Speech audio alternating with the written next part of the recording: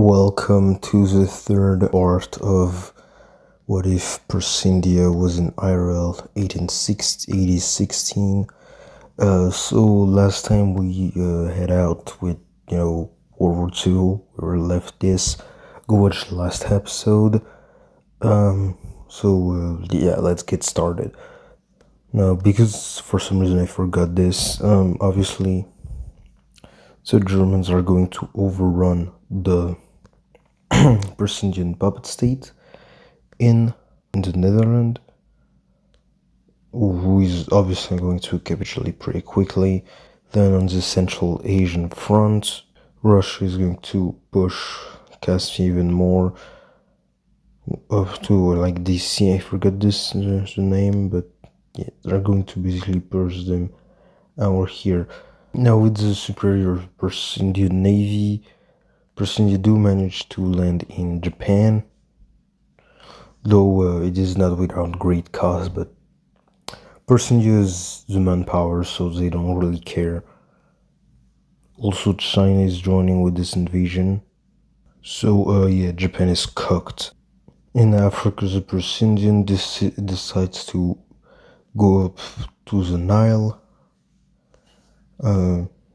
erase what's left of the Italian forces here, and they're also stopped, and they're also, with their puppets, they also try to do the same tactics they used during World War I, which was basically to encircle Egypt and force it to basically surrender. Now, obviously, the British sieges, so they're trying to evacuate, well, it actually works unlike last time, so, well, yes, the territory is lost. They're basically like minimal actually human losses for the British. Also because Italy and Britain are the same side, I can Persindia, you get the forces here, they can, go back in Libya. But yeah, Egypt basically falls, making Persindian Navy can now access the Mediterranean as, this Suez Canal is secure. Now this small naval invasion is basically destroyed as soon as the Egyptian front is secured. Now in the Far East, get also Chinese forces going in Mongolia, and the few populated area in the Far East, so this includes Vladivostok, even though those aren't really important. Now the Persian Empire is trying to plan an offensive through the Caucasian Mountains, which is why they're trying to make the Russians push in Central Asia instead of here, which is why the Russians actually do struggle to push into close they go to the Caucasian Mountains, because Persians know that even if that's going to be more defendable, this is only also going to be hard to push in from that area. And so the Russian, actually do come closer to the Caspian capital. And that's where Persindia finally launches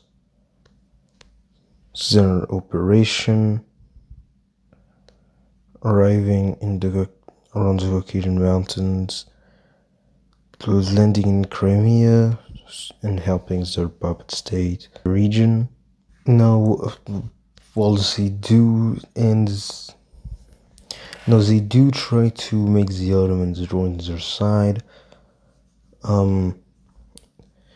by making them promises. Basically, they're making them promises to be bigger and all that, to expand in Europe. Those promises obviously are kind of false, but the Ottomans don't fall for it, so the Persindian would just, yeah, you're getting invaded. Sorry, not sorry. No, Ankara is captured. And now the Italian forces here are getting also obliterated, because they're at war. and this side of Constantinople is captured. So yes, the Russians now have not access to the Mediterranean anymore. Now with the Persindian Navy entering the Mediterranean, they can actually start doing damage by landing in Greece and start to plan an eventual invasion from here of southern Italy, though it is seen as risky because, well, Libya is not under control. So what they do simple, you just invade Libya. Now all those Persians do are really spread thin, so they can't manage to push really far here. Now for the Japanese front, persindia is really struggling to duel for the invasion. Like each time, just it doesn't get worth it. Thankfully, though, a few years ago, persindia discovered that they have some cool rocks, like that kind of melts your flesh kind of a bit, and well, they're kind of the richest country, the second richest country in the world, and they are allied with America. So, and also, the geniuses that were able to make the bomb, were in Germany but fled like in hard line, like that won't change. And some of them probably going to Persindia because, well, it's also a pretty powerful country which will not have, any discrimination for all of this world because they're from a different universe. So yeah, they're basically making a nuke, so nice. Now in Central Asia, person managed one last push before being completely stopped due to supply issues, and also because the person didn't actually start planning an encirclement, and again because they're kind of getting distracted here with Crimea being finally reached and a more defendable functional being made. India also manages to land in Europe, so that's nice. Been thinking these were already in Europe, but you get what I mean. Now the Persians finally managed to make a nuke, and they nuke Tokyo. They nuke basically every major city of Japan to make them surrender. Now for some reason they do not surrender immediately, although after losing a lot of battles, they do finally surrenders. So that's a lot of soldiers that can now go from here to, well, here. Meantime, the Germans actually, start setting help for this, and the Persians are finally getting pushed back.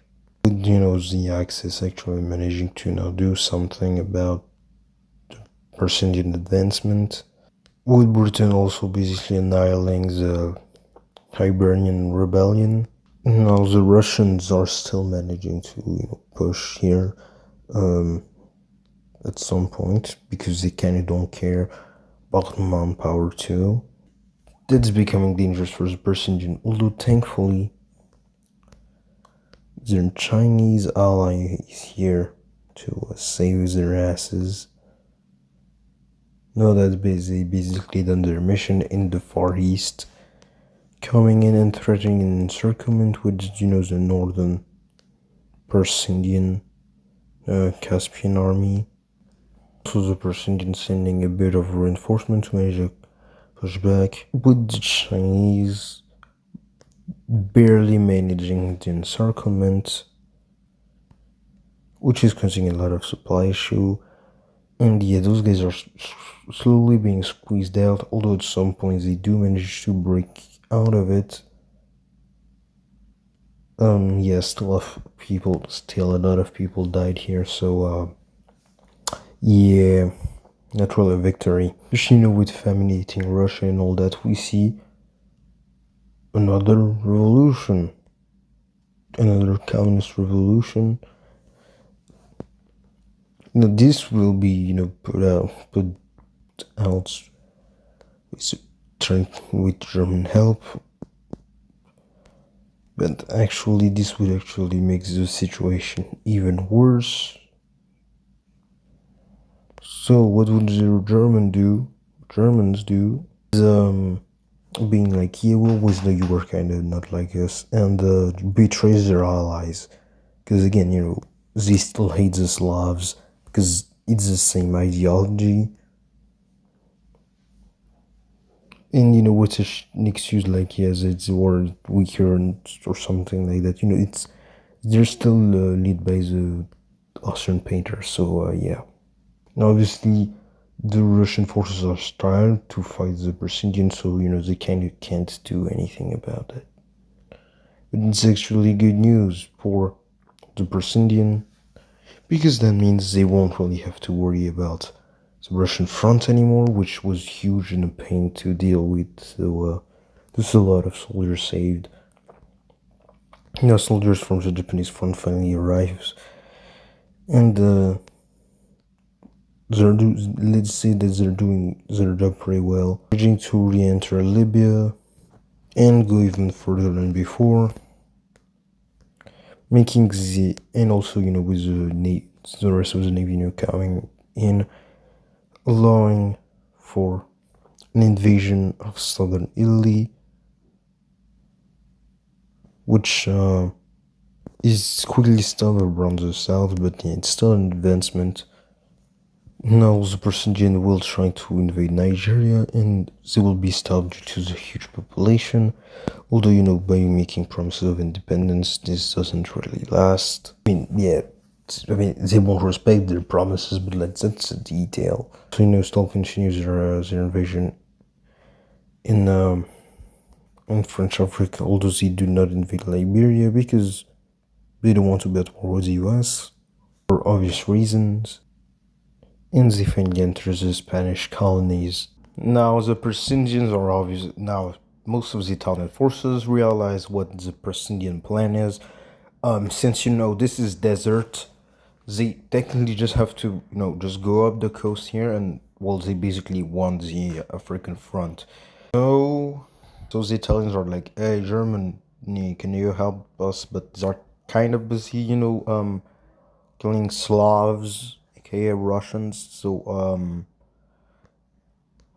now, now to be luckily for Germany and Italy, winter was just starting anyway, so Germany holds defensive position and sent forces to the African front, and as well as the southern Italian front. The southern Italian front is pushed back up to like the upper borders, although Sicily is it's lost to the Persindians. They also managed to capture Malta from the British, which wasn't called in for some reason. Also, Morocco is lost, and also Persindian. They also because they want to make the Wix home map from when they went out. So that means around episode 20. So yeah, it's because they actually plan to own making this area full independent. They actually managed to make an agreement with the locals who all start revolting. So that's bad. Also, the French government, the actual French government, not Vichy, is in Vietnam, and they made a deal with persindia for later. That's why it's not invaded. So, Italian forces are not only caught off guard, but forced to leave the African front, making it's basically a percentage victory. Now they do start to get really stretched out, especially with the front against Portugal staying still, thanks to the Congo forest. It's not the name of the forest, but like tropical forest, and there's are a lot of it. And also because South Africa rebelled, that's going to make operations way harder. So for now, they mostly focus on Europe because they know that's just not going to be worth it going in. And with troops are directly on North Africa, they just launched an invasion of Iberia, which while the landing goes well, the actual push doesn't, since it stays like this thanks to the mountains of the Iberian Peninsula. We also seen the Italian getting pushed in Greece, um, up to the Albanian border with that one river here, with a ton of Italian forces being encircled. So yeah, also see the Ottomans. The Ottoman no, that is not the Ottomans. I meant the Mesopotamians, still pushing in Bulgaria, arriving along the lines of the Danube River. And now, a few months later, winter finally finishes, making the Germans actually being able to push. And so, yeah, the German reinforcement in North Africa is now, and southern Italy is gone, going back to, yeah. Now Moscow is already captured, so that's nice.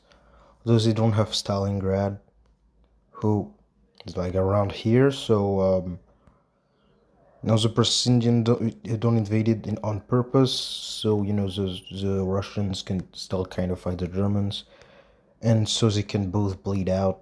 And also because they're kind of focused more southern Europe for now. Though they do take advantage of this to at least push back in Central Asia, because there are basically no more military forces in the region. But now we got finally the United States actually doing something. So you see, basically, they're kind of going is scared that persindia might try to take control of the world, and because they get a borders, they're scared that they might be next. So they joined the war against the Axis to prevent a Persindia-dominated world. But the only problem is that, the population is not for that. So how do you manage to get an excuse for war? Simple, really. You just, trade with Persindia and, at some point of both things for natural reasons. And, well, you probably know the Spanish-American War. Yeah, yes, same thing's gonna happen here.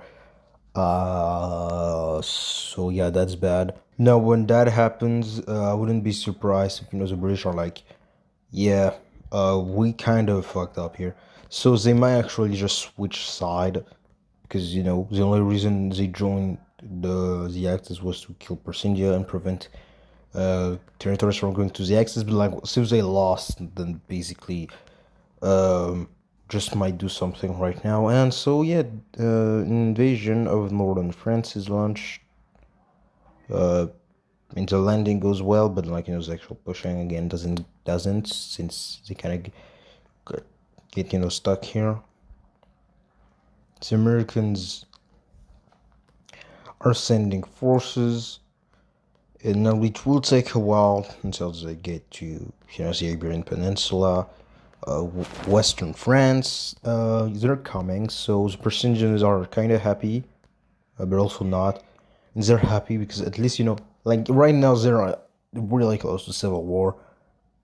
Because I mean, sure, they got a huge population, but like there's still really big inequalities and all that. So like again, the only reason the war is doing well is because of collaboration with natives, and well, mostly good planning, and also because huge population, and also because Germany was kind of not doing really much besides sending soldiers to their allies. So now the Persian forces in southern Italy order to retreat because this seen as not worth it anymore. So they just meant so Persindia's plan is now to make a stronghold, naval stronghold in the Mediterranean, which is why they launched an invasion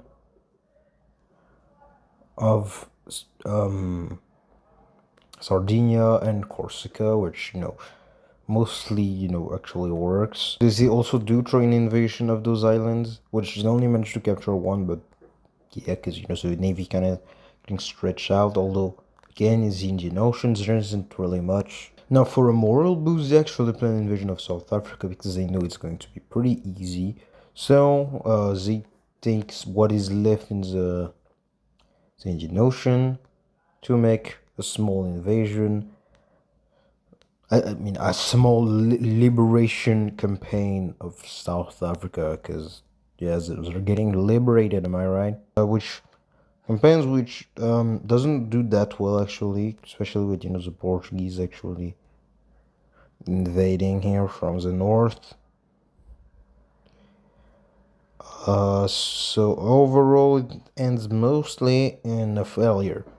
So like right now, the Persian Empire is like, yeah, we're going to stall out, going more defensible positions, like for example, the Danube River, like the Balkan Mountains. So using the mountains as borders, so defensive for defense.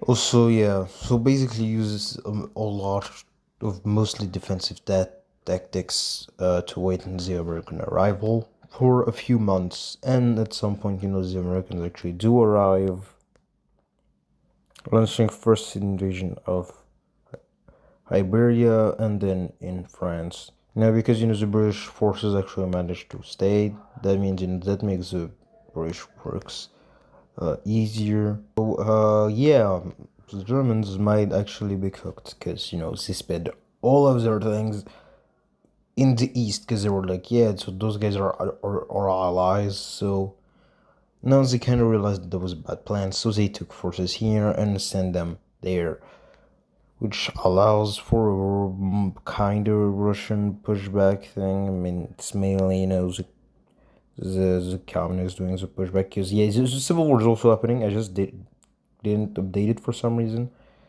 But yeah, no. So the civil war is also happening. Like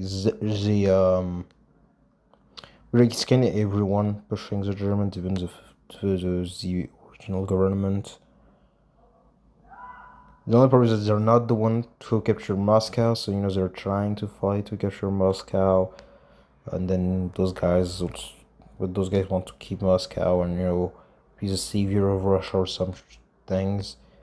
The original government are the ones though to capture St. Petersburg, so that's a symbolic victory here because that, well, it's because it's the name of the Peter the Great. So yeah, although at some points they kind of don't stop push it, they don't manage to push the Germans. So yeah, but that doesn't mean the Western Front is going way better because now we also got Vichy France betraying the Germans. No, that is not on the persindian plan, so you just invade the thing.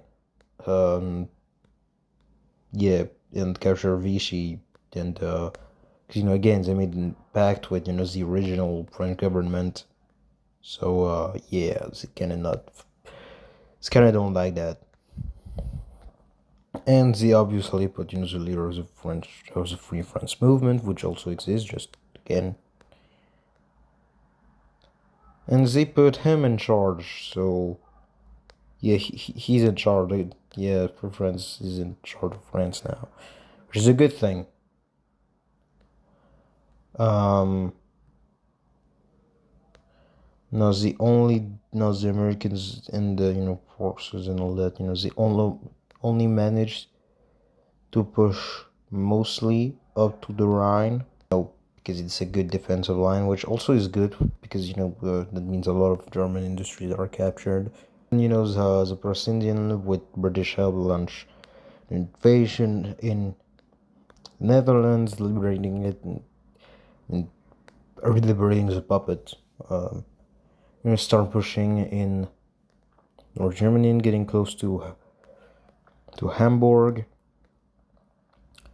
We also got again the Russians pushing although they're kind of fighting each other, so it's slower.